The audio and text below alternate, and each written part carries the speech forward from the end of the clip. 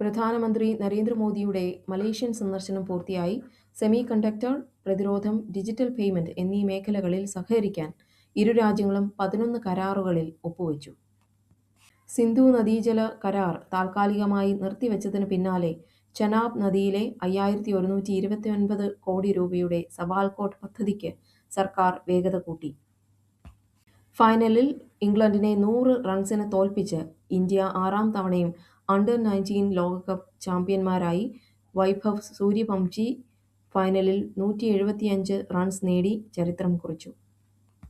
New Zealand ചെന്നൈയിൽ നടന്ന മത്സരത്തിൽ അഫ്ഗാനിസ്ഥാനെ 5 വിക്കറ്റിന് തോൽപ്പിച്ചു.